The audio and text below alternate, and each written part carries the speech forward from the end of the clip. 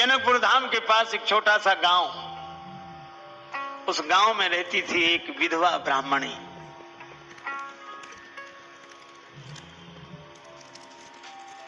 जिसके पास 2 धोतियां थी, पुरानी फटी सिली हुई।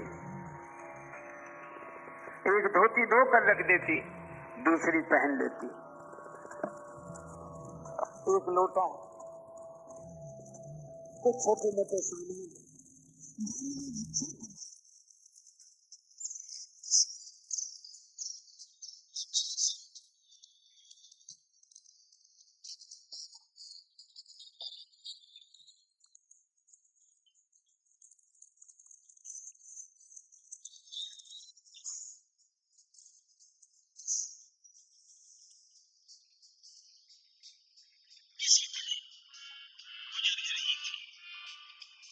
जैसे तैसे गुजर जाएगी, गुजरी का गुजराना क्या दे। पर श्रावण का महीना, रक्षाबंधन का त्योहार, सभी बहनों ने अपने अपने भाइयों के हाथ में राखी बांधी। प्रयागदास को कौन राखी बांधता है? कोई बहन थी ही नहीं। और फिर गरीबी में कौन किसको राखी बांधे? सभी होते हैं रिश्तेदार, जबकि जर पास होता है, और बिगड़ जाता गरीबी में जो कि रिश्ता खास होता है। प्रयागदास रोता हुआ मां के पास आया, मां मेरे किसी ने राखी नहीं बांधी। बेटा तेरे कोई बहन नहीं है, तो गरीब ब्राह्मणी का बेटा, तुझे कौन राखी बांधेगा? प्रयागदास 9 वर्ष का बालक रोने लगा कि मां मैं नहीं मान सकता। जब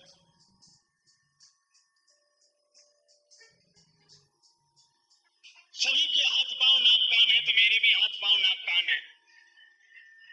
तो जब सभी के बहन है, तो मेरे बहन क्यों नहीं है? बहन के लिए उसका जी तड़प रहा है। मां ने बड़ी सुंदर बात कही। मां ने कहा मैंने तुमसे झूठ बोल दिया था, तुम्हारी भी बहन है। तुम्हारी बहन का नाम सीता है। अयोध्या ससुराल है, बहुत बड़ी जगह उसका संबंध हुआ है। कभी कभी आती, हमेशा नहीं। अभी तुम्हारी बहन ससुराल में है, जब बड़े हो जाओ तब मैं ले चलूंगी, या बहन आएगी। मां ने समझाया कि बालक किसी तरह समझ ले। अब आप विचार करना, सांसारिक संबंध से जुड़ने की उसके मन में लालसा, और जिससे जुड़ने की लालसा वो है नहीं। ना हो तो चिंता मत करो, कोई भी संबंध हो, जननी जनक बंधु सुतदारा, भगवान को उसकी जगह बिठा दो। भगवान ही, जानकी जी तुम्हारी बहन है। बालक रोकर बोला मां मैं तो जाऊंगा। मां बोली अभी नहीं, बड़ा हो जा तब मैं ले चलूंगी। नहीं नहीं मां मैं तो जाऊंगा। जैसे तैसे समझाया, मां सो गई, बालक भी सो गया। सवेरे 4 बजे बालक जागा, मां की नींद नहीं खुली। मां ने पता तो पूरा बता ही दिया है, इतने पते से तो चले जाएंगे। चल दिए प्रयागराज। बहन को कुछ देना पड़ता है, तो मां की पुरानी फटी धोती धुली रखी थी, वही बगल में दबा दी। चल दिए अयोध्या, जनकपुर से अयोध्या। ये 9 वर्ष का बालक जा रहा है। पैदल चलने वाले को 2-3 महीने लगते हैं, और ये चला। बहन का नाम सीता, ससुराल अयोध्या, बहनों का नाम राम, मकान उनका वही, इतना पता बहुत है। चल दिए। चलते चलते 2-3 मील चले, थक गए, सब पेड़ के नीचे सो गए। थोड़ा आराम कर ले फिर चलेंगे। भगवान की लीला देखो, सोए वृक्ष के नीचे चले सरयू किनारे, आंख बंद कर उठे। यहाँ तो कई लोग घूम रहे हैं, कौन सी नदी? सरयू जी है। अच्छा तो अयोध्या बेकार कहती थी बहुत दूर है, ये तो नजदीक है। सही, और कौन सी? ले चल अपनी नागरिया, अवध बिहारी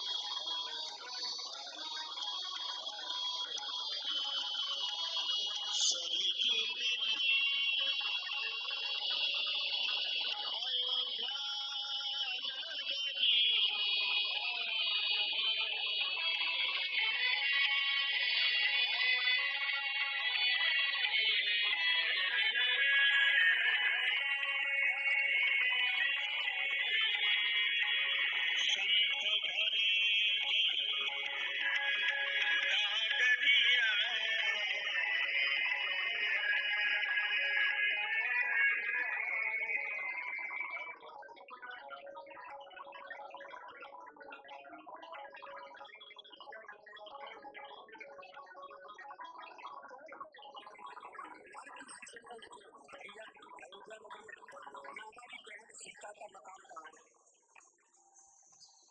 राम जी हमारे बहनों ये लोग कहते अरे सीताराम तो भगवान है, उनका मंदिर है, भगवान से मतलब नहीं, न उनके मंदिर हमारी बहन रहती है। मकान कहाँ उनका? मेरा मुताबिक कोई कहे पागल है।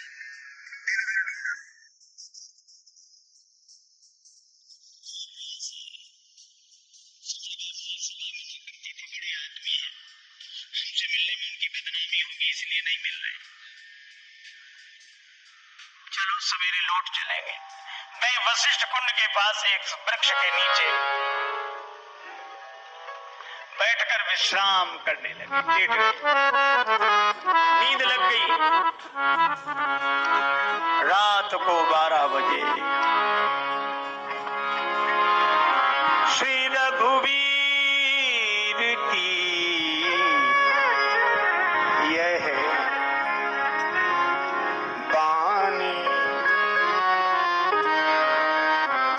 श्री रघुवीर की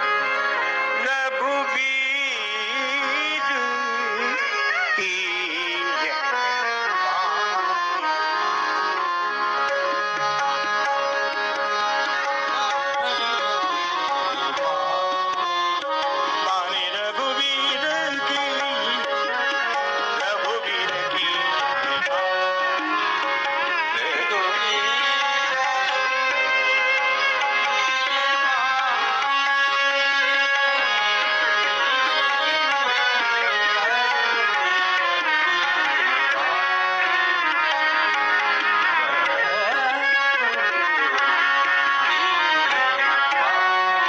भगवान का एक स्वभाव जो उनसे रिश्ता बना लेता है, भगवान वो रिश्तेदारी जरूर निभाते हैं। रात को 12 बजे अचानक प्रकाश हुआ, आंखें चौंधिया गईं। बालक अकेला उठकर खड़ा हुआ, देखो हाथी आ रहा है, सफेद रंग का हाथी। हाथी पर होदा पर विराजमान श्री सीताराम जी, हनुमान जी महावत बने। सैनिक सब जय सिया राम, जय सिया राम, जय सिया राम करते आ रहे हैं। और देखा रथ रुक गया, इसने देखा डर गया, बोला हमने उनको बुरा भला कहते रहे ना और दिन भर ढूंढते रहे, ये रात को ही हमें हाथी से कुचलवा के मार डालेंगे। खड़ा हो गया, लेकिन यह क्या, हाथी बिठाया गया। हनुमान जी उतरे, सीढ़ी लगाई, भगवान श्री सीताराम जी हौदे से नीचे उतरे, सब हाथ जोड़कर खड़े हो गए। बालक उतनी दूर खड़ा था। श्री जानकी मैया, राम जी, रघुरैया, ये दोनों गए। प्रयागदास की ओर देखकर राम जी मुस्कुराए। राम जी ने कहा भैया प्रयागदास, इसको लगा ये तो हमारा नाम भी जानते, कौन है? भैया प्रयागदास, ये तुम्हारी बहन सीता है। प्रयागदास बोले मुझे नहीं लगता, ये मेरी बहन है, मुझे लगता नहीं। क्यों? क्या तुमने अपनी बहन को पहले कभी देखा है? नहीं देखा तो नहीं, पर पहचान जानता हूं। क्या पहचान है? बोले श्री राम बहन सीता तुम्हारी यह, पालने का की समझ में न आता है, विरह व्यथा से चरणों में लोट लोट कर रोती है बहन जब भाई मिल जाता है।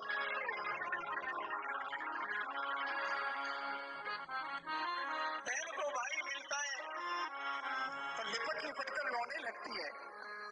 अगर ये मेरी बहन होती तो ऐसे खड़ी रहती।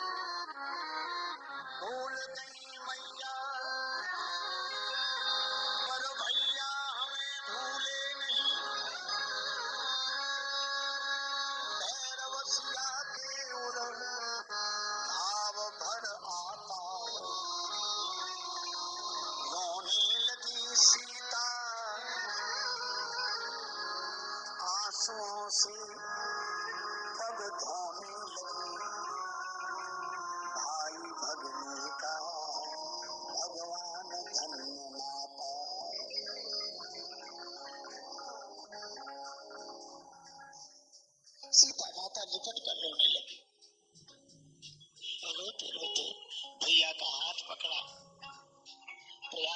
सिर नीचा किए। उनके भी आंखों से आंसू बरस रहे थे। जानकी माता ने राखी बांध दी। अब प्रयागराज के पास देने को क्या कहा है ठाकुर, सो धोती ले आए थे, सिर नीचा करके धोती देने लगे। श्री जानकी माता ने कहा कि भैया मैं जानती हूँ मेरी माँ के पास 2 ही धोतियां हैं, एक तुम ले आए, एक उनके पास, वापस ले जाओ, उनसे कहना उनकी कृपा से मैं बहुत प्रसन्न हूँ, कोई कमी नहीं।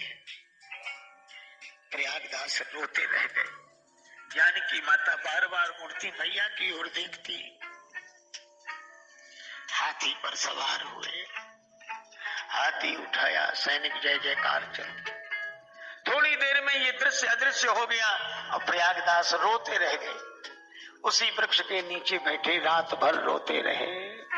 लोग पागल समझते थे, इन्हीं बिगड़े दिमागों में भरे अमृत के लच्छे हैं, इन्हें पागल ही रहने दो कि ये पागल ही अच्छे हैं। सवेरे एक महात्मा आए, उन्होंने प्रयागदास की दशा देखी, समझ गए इन पर कृपा हो गई, अपने आश्रम ले गए। दोपहर को 2 देवियां आई स्वर्ण थाल लेकर, व्यंजनों से भरे हुए थाल, और उन्होंने कहा कि हमारे घर सत्यनारायण भगवान की कथा थी, हम प्रसाद लेकर आए हैं, बाद में थाल ले जाएंगे। बाद में कोई थाल लेने नहीं आया।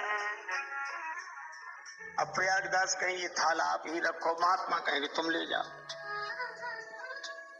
दोनों ने सलाह करके थाल वशिष्ठ कुंड में डाल दिए। प्रयागदास घर पहुंच गए। मां ने देखा तो हृदय से लगा दिया, कहाँ गए थे मेरे लाल। प्रयागदास ने कहा बहन के पास देखो राखी बांधी, बड़े प्रेम से मिली, रोने लगी। दिन में नहीं मिली, अब इसलिए नहीं मिली, उनकी भी तो इज्जत की बात है, बड़े आदमी फिर हम जैसे से नाता। पायन में पनही नहीं थे, हमारे पाँव में जूतियां नहीं, पायन में पनही नहीं थे, उत्भूषण की तन पे छवि छाजी, और जाए विनीत लिखी धरनी तेई की भगनी गजराज विराजी। बहन हाथी पर बैठ, मान की बात नहीं मन में, चित में एक चोट लगी मोहे माँ जी, बात कही बहनी 2-4 पे बोले नहीं बहनोई मिजाजी। राम जी कम बोले, बहन तो बोली। माँ ने हृदय से लगा लिया, आकाश की ओर हाथ जोड़कर आंसू बहाते हुए कहा, जानकी जी आपने संबंध की लाज रख ली, राम जी आपने संबंध की लाज रख ली, कृपा की न होती जो आदत तुम्हारी, तो सोनी ही रहती अदालत तुम्हारी। गरीबों की दुनिया है आबाद तुमसे, गरीबों से है बादशाहत तुम्हारी, और गरीबों के दिल में जगह तुम न पाते, तो किस दिल में होती हिफाजत तुम्हारी। न मुलजिम ही होते, न तुम होते हाकिम, न घर घर में होती इबादत तुम्हारी, और तुम्हारी ही उल्फत के दृग बिंदु हैं ये, तुम्हें सौंपता हूँ अमानत तुम्हारी। अब प्रयागदास बार बार कहे बहन के पास जाना, बहन के पास जाना। माँ कहती अभी नहीं, माँ का बुढ़ापा आ गया, सेवा करते बहन की याद करते। एक दिन माँ का शरीर अंत हो गया, भोज भंडारा, अब उन्हें समझ में आया तो अब जरूर अयोध्या जाने की बात सोचे। माँ का भोज भंडारा करके अयोध्या आए। एक महात्मा से दीक्षा लेकर वैष्णव हो गए, नाम महात्मा प्रयागदास हो गया। सब उन्हें मामा जी कहते थे, क्योंकि श्री जानकी माता के भैया रोज कथा सुने, बड़े आनंद से कथा सुने। एक दिन कथा में सुन लिया कि भगवान वन को चले गए, सीता जी भी गई, लक्ष्मण जी भी गए, बस बड़बड़ाने लगे, किसके घर झगड़ा नहीं होता। लेकिन झगड़े में ये थोड़ी कि थोड़ी थोड़ी बात पे घर छोड़ के चले जा। अब गए सो गए, और मेरी बहन को भी कुछ समझ में नहीं आया, समझाया नहीं राम जी को, वो भी चली गई। और लक्ष्मण भैया तो वैसे ही क्रोधी हैं। अब सबसे कहते भैया कुछ दो, हम मांग रहे हैं, कुछ तो दो। कुछ नहीं मांगने वाले मांगने लगे, क्या बात है। अब वो चले गए वन में, तो उनके लिए इंतजाम करना पड़ेगा कि नहीं, पता नहीं कहाँ पड़े होंगे वन में, वृक्षों के नीचे। पंडित जी से पूछा था, वो कह रहे थे चित्रकूट तक गए। अच्छा, लोग सौभाग्य मानते, सहायता करते। 3 जोड़े पलंग बनवाए, 3 जोड़े जूते, और उन पर बिस्तर, तकिया, सब लगा कर गए। जय जय जय जय जय जय। और विराजिए विराजिए।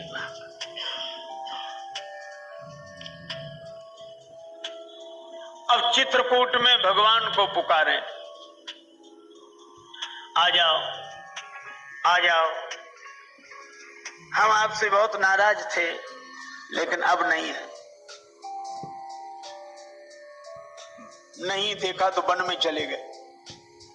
वन के उस गहन घने वातावरण में भगवान प्रकट हो गए तो रोने लगे। ये तुम्हारे लिए लाए हैं, ये पलंग स्वीकार करो, बिस्तर स्वीकार करो, आराम करो। घरों में झगड़ा होता तो ऐसे थोड़ी होता कि घर छोड़ दो। भगवान बोले हम पलंग पर नहीं बैठेंगे, जूते नहीं पहनेंगे। प्रयागदास हंसते हुए कहने लगे, पलंग पे न बैठेंगे न पहनेंगे जूते, बड़े व्रतधारी के बेटा बने। यही नियम है। जानकी माता ने कहा, ये भैया बहुत दुखी हो रहे हैं, रो रहे हैं, इन्हें अपना असली रूप दिखा दो। साकेत का दृश्य दिखाया तब मन को शांति मिली। बोले बड़े ठाट बाट से हो, हमें तो हैरान परेशान कर रखा, और बदनामी हम जाने किन किन से पैसे मांगते फिरे। भगवान बोले इसका उपयोग तुम करो। एक पलंग लेकर आए इलाहाबाद। माघ का मेला था प्रयाग में। मेले के बाहर ही नीम के नीचे खाट बिछाई। लोग बोले मेले में नहीं चलोगे? तो कहने लगे मतवादी हैं, वहां इकट्ठे हम जाके करें क्या मेलों में, और प्रागदास श्री राम को लेकर पड़े रहेंगे ढेलों में।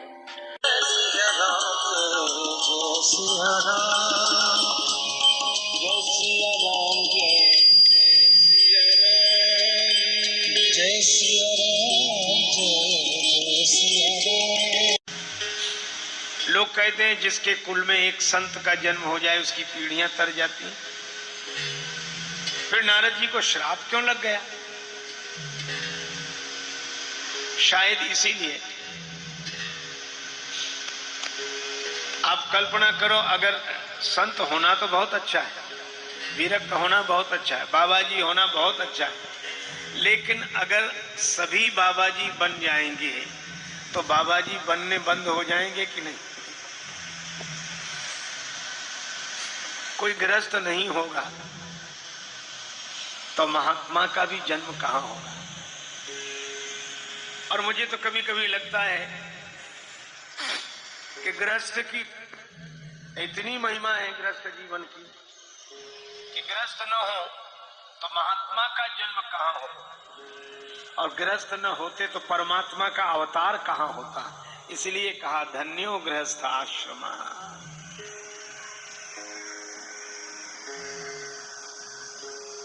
ये कथा संदेश देती है कि संत तो बने, पर संत जहां जन्म लेते हैं वह परंपरा भी बनी रहे। अब नारद जी को श्राप लगा कि ज्यादा देर कहीं ठहर नहीं सकते, तो नारद जी तो महात्मा ठहरे, बड़े प्रसन्न हुए। किसी ने कहा श्राप लगा है, ज्यादा देर आप एक जगह नहीं ठहर सकते। नारद जी ने कहा अच्छा है, एक जगह नहीं ठहर सकते तो ज्यादा जगह जाएंगे, ज्यादा लोगों को लाभ होगा। अब तक तो प्रसन्न थे, पर आज भजन करने का मन हुआ, पर श्राप रुकने नहीं दे रहा। कर्म का फल प्रारब्ध बनकर पीछे पड़ा है, ठहरने नहीं दे रहा है। तो क्या इससे कोई ऊपर है? अवश्यमेव भोक्तव्यम कृतम कर्म शुभाशुभम। हम सब कर्म के हाथ में हैं। तीन बातें कही जाती हैं कर्म के तीन रूप, संचित, क्रियमाण और प्रारब्ध। कर्ता भाव मिटने से क्रियमाण से मुक्ति होती है, ज्ञान होने पर संचित कर्म से मुक्ति होती है, पर प्रारब्ध तो भोगने से ही कटता है। इसलिए जो जस करई सो तस फल चाखा नियम है। पर आप निराश न हो।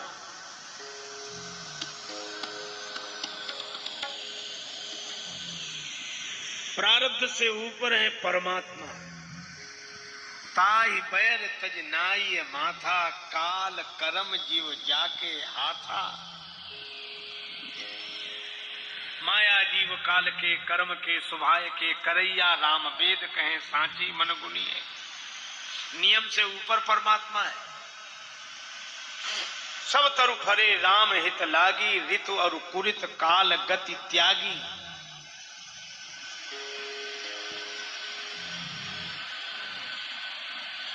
तो भाग्य परेशान कर रहा हो तो भगवान का आश्रय लें। काशी नरेश श्री तुलसीदास जी के पास गए, नवग्रह प्रतिकूल हो गए, मार्केश का प्रबल योग। तुलसीदास जी ने कहा कि चिंता मत करो, नवग्रह से ऊपर एक ग्रह है। कौन सा? भगवान का अनुग्रह है। भगवान का अनुग्रह हो तो नवग्रह क्या करें। और उन्होंने एक पद ही सुनाया, जब जानकी नाथ सहाय, करे जब जानकी नाथ सहाय, करे जब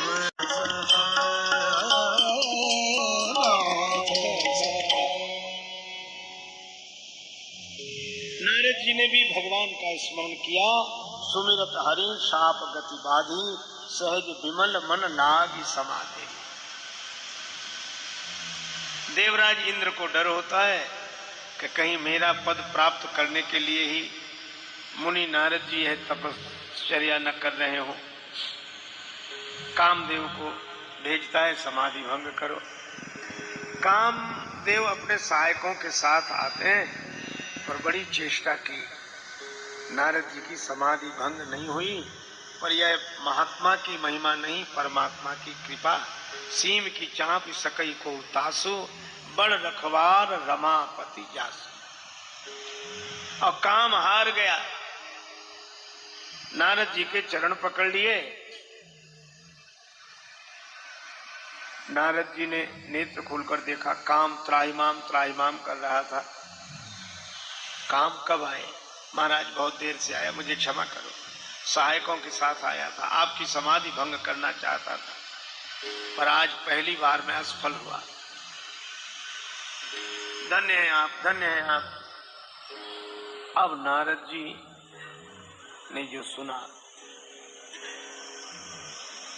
यही होता है। भगवान के गुण गाते हैं नारद जी, गावत हरिगुण गान प्रवीण। भगवान के गुण तो भूल गए कब? जब अपने गुण सुनने लगे। अच्छा, नारद जी की जो भी महिमा है वो भगवान के गुणों के कारण है। और चरण पकड़ने वाले काम ने नारद जी के गुण गाने शुरू कर दिए। हम लोगों की महिमा भगवान के गुण के कारण है, और कोई हमें हमारा गुण सुनाने लगता है तो मन भगवान से नहीं अभिमान से भर जाता है। अब तो नारद जी को अपने में और भी विशेषताएं दिखाई देने लगी। काम तुम्हारा कोई प्रभाव मुझ पर नहीं हुआ और क्रोध भी मुझे नहीं आया। अरे महाराज, आप में काम भी नहीं, क्रोध भी नहीं। नारद जी बोले, कह देना देवराज इंद्र से, मुझे उनके पद का लोभ भी नहीं। कामदेव लौट कर गया। सुरपति सभा में सब वर्णन किया। आश्चर्य तो सबको हुआ, पर मुनि प्रशंस्य हरि ही सिरुनावा। प्रशंसा तो मुनि की, पर प्रणाम प्रभु को। इधर नारद जी को लगा कि मैंने काम को जीत लिया। काम को तो शंकर जी ने भी जीता था, पर वे क्रोध को नहीं जीत पाए। तो वे शंकर जी के पास जाते हैं। शिव जी बड़े प्रसन्न हुए कि आज नारद जी आए हैं तो श्री राम कथा सुनने को मिलेगी। शिव जी ने कहा कि देवर्षि, हमें श्री रामचरित सुनाएं।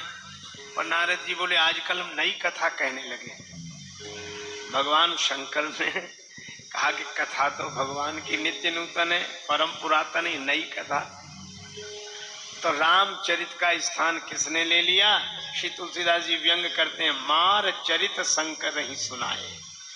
मार चरित, राम जी की कथा की जगह काम कथा। शिव जी चुपचाप रहे, कुछ बोले नहीं। तो नारद जी ने ही पूछ लिया कि कथा कैसी लगी। शंकर जी बोले, कैसी लगी कथा यह तो छोड़ो, पर मैं कथा सुनाने के लिए एक बार हाथ जोड़ रहा था, अब बार बार जोड़ रहा हूं। जैसे यह कथा मुझे सुनाई वैसे किसी और को मत सुनाना है।